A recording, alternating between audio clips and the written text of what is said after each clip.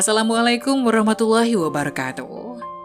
Syukur Alhamdulillah kita bisa berjumpa lagi di channel ini. Salam sehat, salam sejahtera bagi kita semua. Semoga kita semua dalam keadaan sehat dan dalam lindungannya. Seperti biasa, kita akan berbagi kisah dari yang unik menarik sampai bikin nangis. Mari kita simak kisahnya.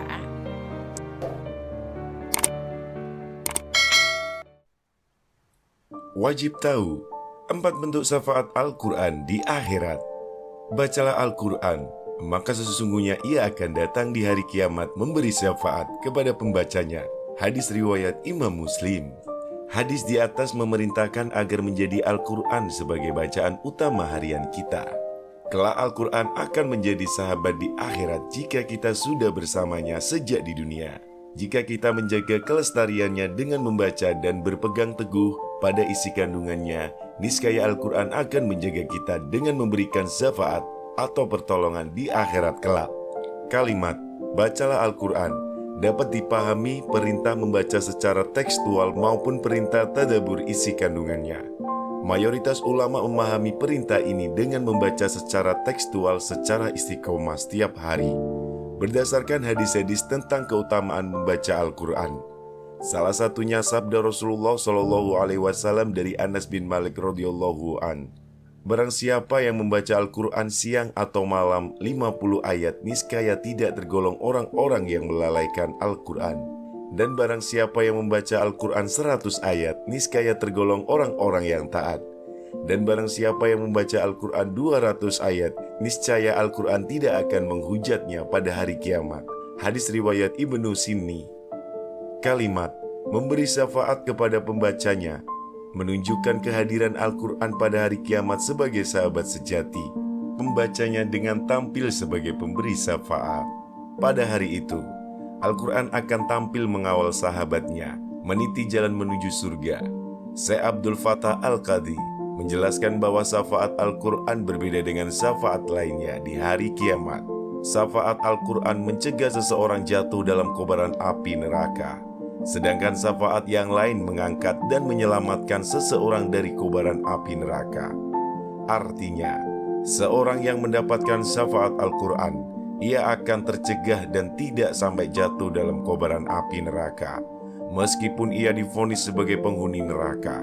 Sementara orang yang mendapat syafaat selain Al-Quran, maka ia diangkat dari dalam kobaran api neraka setelah merasakan panasnya api neraka. Berikut ini beberapa bentuk syafaat Al-Quran di akhirat bagi orang sahabat karibnya di dunia, yaitu penentu derajat surga. Ayat-ayat Al-Quran ibarat anak-anak tangga yang akan mengantarkan pembacanya kepada tangga tertinggi di sisi Allah SWT. Keindahan suara bacaan Al-Quran di dunia akan mengusik perhatian Allah SWT dan memunculkan kerinduan untuk mendengarkan kembali di surga. Inilah yang menjadikan Allah SWT memerintahkan pembaca Al-Quran untuk naik ke tangga kemuliaan hingga mencapai anak tangga sesuai dengan akhir ayat yang dibaca di dunia. Semakin bertambah ayat yang dibaca, semakin tinggi pula anak tangga kemuliaan yang dinaiki. Rasulullah SAW bersabda, dikatakan kepada sahabat Al-Quran, bacalah, naiklah, bacalah dengan tartil sebagaimana engkau membaca dengan tartil di dunia. Karena sesungguhnya derajatmu atau di surga, menurut akhir ayat yang engkau baca. Al-Quran menjadi tameng dari siksa kubur. Dalam sebuah riwayat, Amr bin Murrah menjelaskan Al-Quran akan melindungi pembacanya dari siksa kubur. Diriwayatkan, jika manusia masuk ke dalam kubur kemudian muncul semburan api sebagai siksa kubur yang akan melumatnya dari berbagai arah, maka Al-Quran datang untuk menyelamatkan. Jika manusia masuk ke dalam kubur, tiba-tiba keluar semburan api dari arah kepalanya, lalu Al-Quran datang untuk menghalanginya. Kemudian api itu keluar dari arah kakinya, lalu datanglah Al-Quran untuk menghalanginya. Kemudian keluar dari samping kanannya, lalu datanglah Al-Quran untuk menghalanginya. Lalu keluar dari samping kirinya, maka datanglah Al-Quran untuk menghalanginya. Lalu api itu bertanya, mengapa engkau berbuat demikian? Demi Allah, ia tidak pernah berbuat untukmu. Lalu Al-Quran berkata, bukankah dahulu aku berada di mulutnya? Maka Al-Quran tak henti-hentinya melakukan pembelaan. Memberi syafaat 10 anggota keluarga.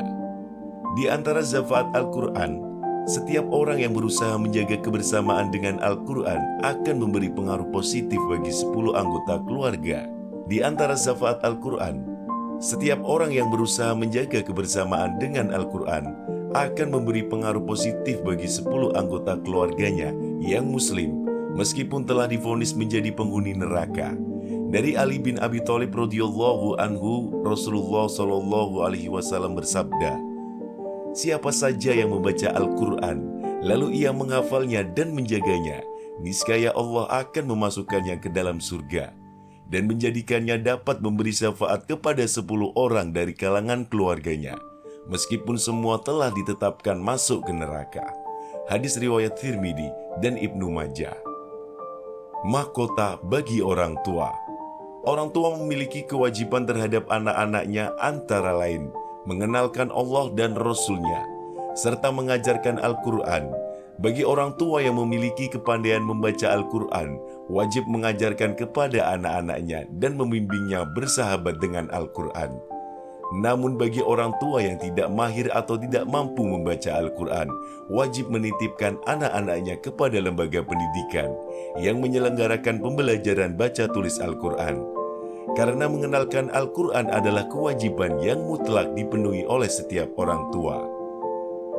Bagi orang tua yang berhasil mendidik anak-anaknya cinta Al-Quran dengan mendawamkan tilawah setiap hari atau menjadi penghafal Al-Quran, maka Allah Subhanahu wa Ta'ala memberi penghargaan di surga berupa disematkannya mahkota yang bersinar terang, bagaikan sinar matahari.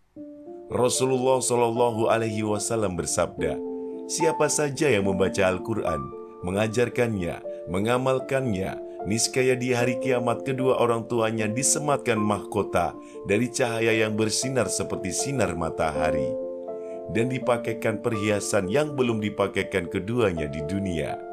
Lalu keduanya berkata, "Mengapa kami dipakaikan seperti ini?" Lalu seru, "Lantaran anak kalian bersahabat dengan Al-Quran." Dari uraian singkatan ini dapat dipahami bahwa syafaat Al-Quran pada hari kiamat adalah nyata dan tidak terbantahkan.